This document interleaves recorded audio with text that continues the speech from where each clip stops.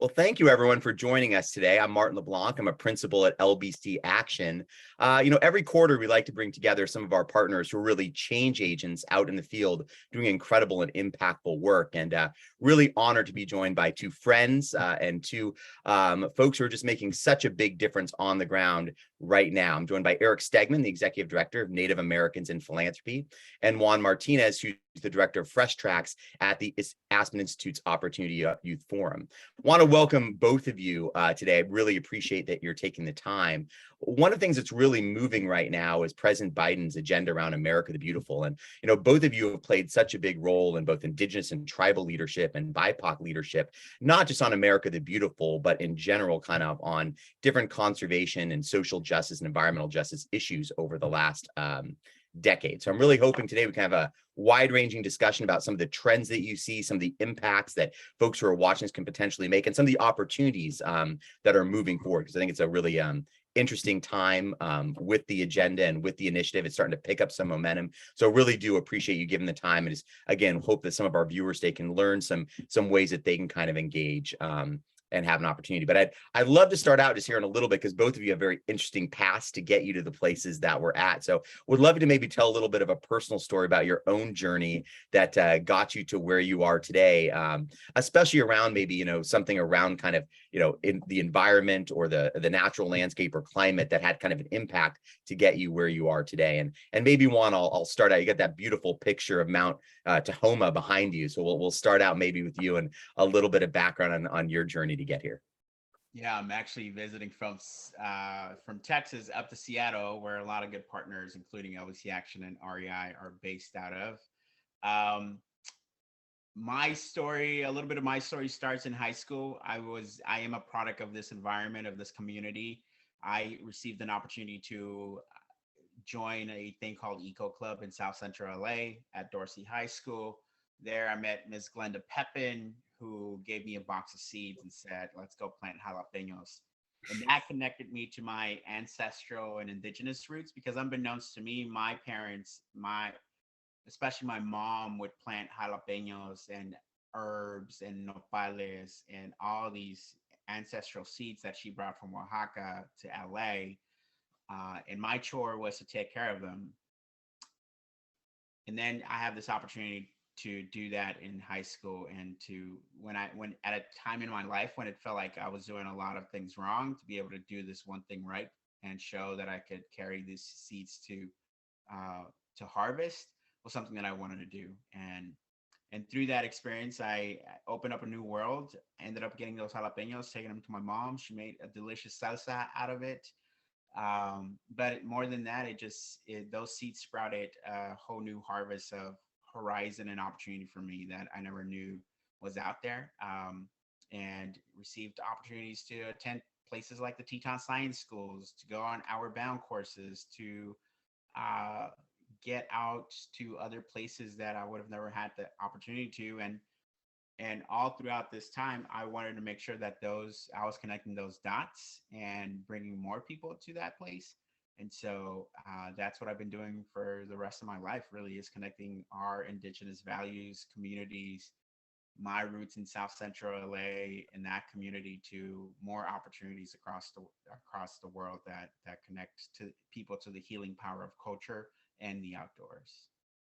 Well, thank you, Juan. Really appreciate that. And we have a special guest. Christy Goldfuss is joining us. I think you're the only one, Christy, that's not in Seattle today. I know you're in DC. And just to give kind of a little bit of background, every quarter LBC Action hosts kind of just a discussion with real change agents, leaders, a little bit of your personal stories. And today we're kind of really digging into, President Biden's America the Beautiful agenda seems to be picking up some steam. And, I know that with your work at the Center for American Progress, the work that you've done previously with the Council for Environmental Quality, you've always really been a leader on making sure that marginalized voices, that Indigenous leadership and BIPOC leadership is at the forefront. So just want to have kind of a discussion about that, because all three of you, I think, are leading from some interesting spaces at Center for American Progress, at the Aspen Institute with Fresh Tracks, and at Native Americans in Philanthropy. So the question, Chris, that we just asked Juan, and I'll ask Erik next, is a little bit about your own kind of some personal, kind of a personal moment or experience that you had in your past that kind of helped kind of put you in the leadership position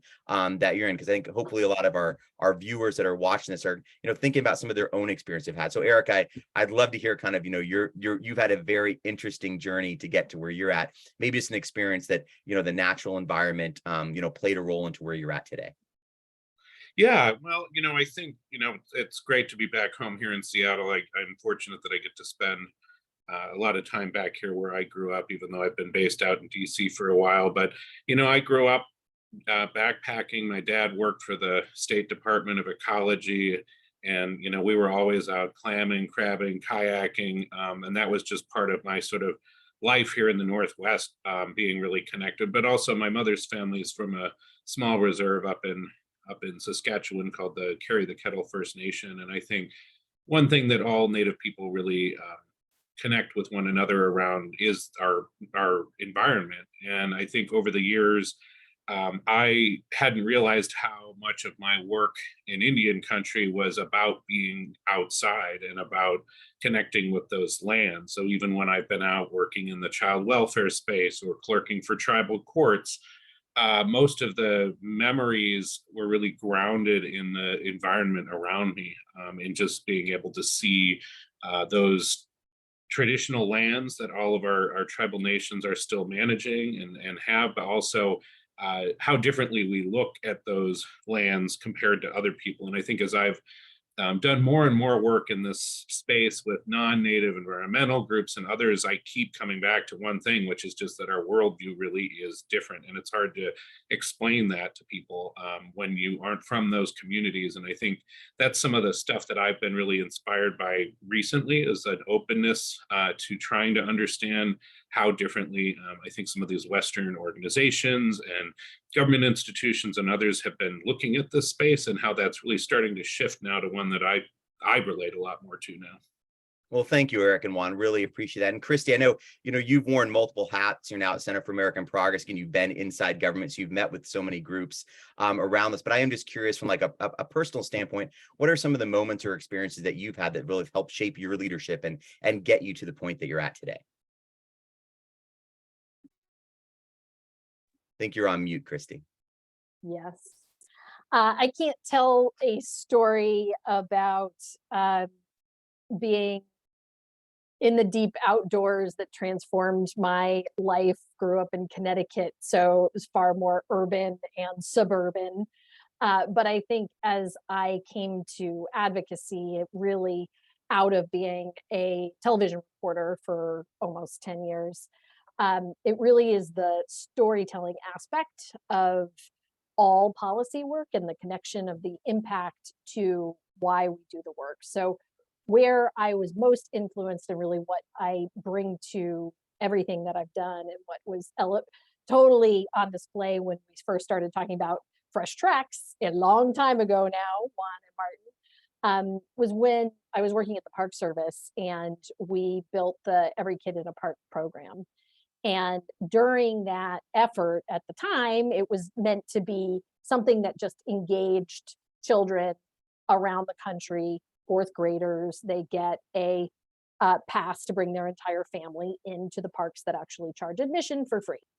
But through the course of trying to make the case for that program, build the program, it was the science around what it means when children actually get to be outside. It's the importance of having exposure to those new experiences by the time they're age 11 that really changes them. And seeing that in my own son, who grew up in, and still is in, Washington, D.C. We live in the city, and the first time we went camping in Shenandoah, he was probably about 4, and he was terrified of the bears. And he just like couldn't, he was such a city kid. His mentality was so focused on what he knew that he could not get to a place until we got there where really then he didn't have to listen to me yell at him every time he got close to the curb. He was able to run, wherever he wanted to go. And I saw that transformation take place for him as well.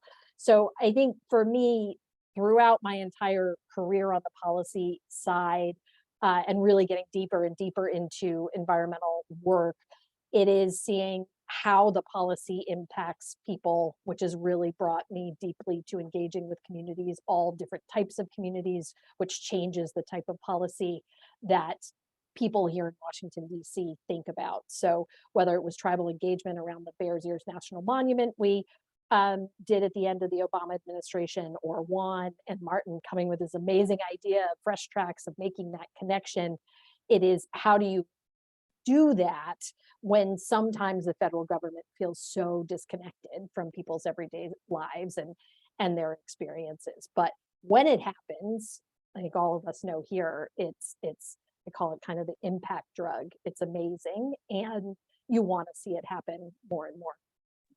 Well, I find it interesting too that all three of you talk about family, right? With Christy, it's you as a mom, seeing your son in Shenandoah, Erik, you and your father, and then I know Juan, like your mom's jalapenos and that teacher having that special moment that you did at Eco Club. I'm curious, from a policy level, there are like some historic investments that are going into kind of EJ from President Biden's America the Beautiful, and then Erik and Juan. There's obviously some tribal leadership that's really at a place that it hasn't been before, not just from like a policy level, but also from like a funding and philanthropy level. So how do you see, like, how does that equal, you think, building that overall power in marginalized communities? So how do you see kind of that policy, those policies kind of moving to build that power? Erik, maybe I'll let you. Well, I think there's a lot of untapped potential when we're talking about what's going on right now, particularly with we have never as tribes seen this kind of federal funding across the board. If you connect the infrastructure bill, some of the stuff through the CARES Act, the Inflation Reduction Act, I go on and on. There's a lot of really important funding in those bills. The big challenge is that federal money is hard to access, right? And that's something I know all of us deal with all the time.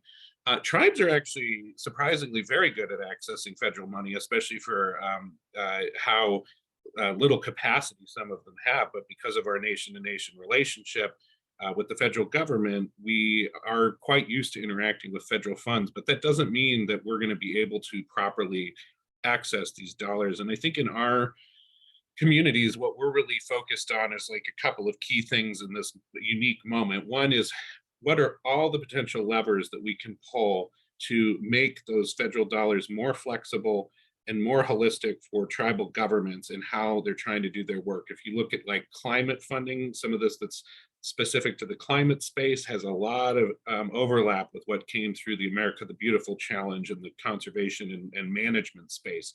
We're also supporting the administration and working on things like the new Indian Youth Service Corps that has some funding behind it. And there are a lot of potential with that. But the problem is, for a lot of our federal partners, they need help from the outside to help them coordinate themselves. And then at the same time, we need to build the power of the voice of tribal leaders, of urban community leaders and others to be able to build that agenda around that funding. So we're really trying to tackle it from multiple different angles. But I think for me, my biggest concern that sort of keeps me up at night is any of these dollars being left on the table when they could be doing so much work in our communities and work that we've been asking for a long time. So that's really where a lot of our focus is right now. Thanks, Erik. And Christy, I'm curious because, Juan, Erik, and I have worked with you for a few years. And I think, you've always brought a collaborative spirit. I mean, the first project we worked on with it was a multi-partner project. So I'm curious, from where you sit, both with CAP and your experience in past administrations, where you see some of those challenges and how folks really can work together to make sure that power is sustainable and not just kind of fleeting with some of the money that's coming in. Love to hear your perspective on that. This is the biggest open question, I would say, for the Biden administration as to how the implementation across this massive legislative agenda, which is mostly an enormous economic agenda that is going to rival the New Deal when we look at everything together, the amount of investment we're talking here, not to mention how much of it is place-based and is really designed to get to disadvantaged communities. So that's the intent. That is definitely where Congress was focused. That's definitely what the president wanted to happen with this money. But I think Erik touched on just part of the challenge on how we get those dollars and how we deliver on that promise to communities. Because while tribes do have this level of comfort with the nation to nation status and having that arrangement, most communities do not, and really are separated from the federal government through either their state governments or their mayor's offices, and encounter layer after layer of bureaucracy. Not to mention, there are all these strings attached to federal funding. So you have to have a certain amount of money on hand. You have to have technical expertise. You have to have plans in place. You have to do all these things that really perpetuate, in a lot of cases, money going to the same people, because those are the people who have the capacity to reach the requirements. And so what I'm most excited about, and also most nervous about, but I guess those things go together, is how we look at this opportunity, especially over the next 2 years, and make sure we set up this incredible set of programs across the federal government in a way to do exactly what Erik was talking about, which is overcome those hurdles to get them to the places they need to go to address the harms and the problems of the past that we know that they need to do. And I think this is not just a federal government thing. This is a philanthropy, civil society, federal government coming together, really leveraging these dollars. And I mean, I don't want to overstate the impact here, but if we make good on the promise and the dollars are felt and seen in communities that have historically really been forgotten or left out of this sort of picture of the American dream, you have an opportunity to make a case that government can do big things and can improve your lives. And so you should participate in supporting the system, and the system can work for you. Absent delivery on that promise, I think we are still in this deeply dark time where people do not feel it's their responsibility to defend democracy. They don't think it works for them. They think the system is not for them, and therefore let it be damned. So I see this as a hugely important pivot point, and history will judge based on that particular promise and whether or not everyone in that collective of the federal government, civil society, and philanthropy can help deliver. Well, I appreciate that. I think that's good context. And it's interesting because I know that, Juan, you come from a community organizing background. But I know when, Christy was doing, hot reporting from Reno, and Erik was, at the Indian Senate Affairs Committee working on domestic violence against women issues. You were actually, and both of us were at the Sierra Club. So we actually have kind of a background with some of the kind of the traditional conservation groups. And I think, Christy, you raise up that big kind of question around, this is bigger than just the environment or anything like that. This is really a civil society. So I'm interested, Juan, from your perspective and having that experience in that traditional conservation movement, but coming from an organizing background, now being at a think tank like the Aspen Institute, working on like direct social sector issues. How do you see kind of the traditional conservation movement needing to kind of show up and play and act in this kind of role around kind of this big question on civil society and this impact that needs to be made now? Yeah, I think those are all great points, and I think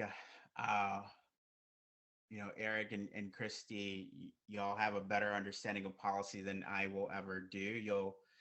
You forget more than I will ever know about policy, but I think we're in a moment where the narrative is really now reflecting the power of Native and Indigenous communities across the country in a way that it hasn't been done, and that a way that it's also being messaged by the right people. We have leadership for the first time in high places within the government that is reflective of the people of this country and what that means to young people who are out there every day fighting against the apathy of what it means to carry the legacy of the previous generation forward and to steward that generation forward.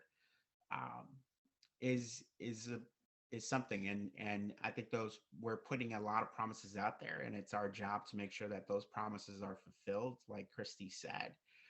And then we need to make sure that they have the skill set to carry those promises forward for the next generation. The intergenerational impact of what we're in the moment that we're in right now, I think is one that hasn't been around for a long time. There's been a lot of promises and a lot of visions out there about what we could potentially do together, but for the first time, there's actually resources to back that up. And the closer those resources reach those closest to the pain, to be closer to the power, that's the moment that we will really be able to measure the success of what we're trying to do today. And so community organizing, the healing power of the environment, the resilience of our people, the intergenerational connection of what it means to be a young person in this world today, when we're putting a lot of that weight on their shoulders, supporting every young person to know that they are not alone in doing this, that we are here to support them, that we can provide some support. And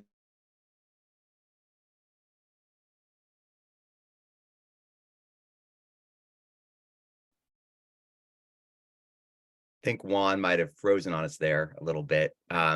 Thanks, Juan, though. I think that was really, thanks, Juan, for your point. I know we're almost at time again, so appreciative of all of you taking the time. But if there's one kind of challenge that you see in kind of this moment of time moving forward, that, an action that you think, individuals that care about kind of this nexus of the importance of the environment right now can take. I'm just kind of curious on what you see kind of that action is, because again, working with all three of you, you bring collaboration really to the table. I think I've seen all three of that in both in your personal and in your professional lives. So I'm curious, Erik, from where you sit at Native Americans and philanthropy, again, having kind of extensive experience, is there kind of like an action that you can see folks taking to really engage in this special moment in time? Yeah, I think it's kind of two things. I think one is when, I'm regularly working with funders in this space, and I've learned a lot about this sort of like traditional environmental funding space, how it sort of slices and dices the environment up between climate and conservation, and there's a lot of sort of technical ways that funders look at this. And I relate it back to what Christy was saying earlier. And this has got to connect with the stories. It's got to connect with the lived experience on the ground of the places we're trying to support. And so my biggest action is a fairly simple one, which is like, if you're a funder, if you're working at a foundation that works in these issues, to really completely rethink your like paradigm and your worldview about how this work is being done. I think Juan just offered up a lot of really important ways that we should be thinking about investing that lead to that impact, but we can't do it the way that we've been doing it, because that hasn't gotten us where we're at. And with this now additional public dollars on the table, this is the moment to rethink how we do all of this, to really ground it in community in a new way, and to be able to leverage these, big public dollars that can go a long way. So it's really about changing your worldview. Thanks, Erik. Really appreciate that. Juan, where do you kind of see that action and that challenge from your perspective that folks can take? Yeah, thanks, Martin. I'm going to borrow a little bit of the moniker of Edgar Villanueva's program, great program, Decolonizing Wealth, to actually impose that we decolonize how we measure success for these programs. The way we've been measuring success for young people has not given us the results or the well-being, and has been extractive of the well-being from those young people and those.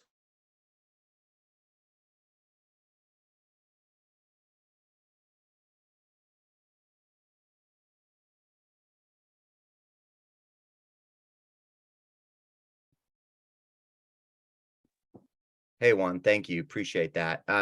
Christy, I'd love to give you kind of the final word from your perspective, kind of again on that action that folks can take, because I think you framed so well earlier. This is a moment in time. Like, this is about civil society. This is about democracy. And this is about our environment. And that does, create the atmosphere for us to live in it. So I'm just curious, from where you sit, what is that action that folks can take right now in this moment that's so critical?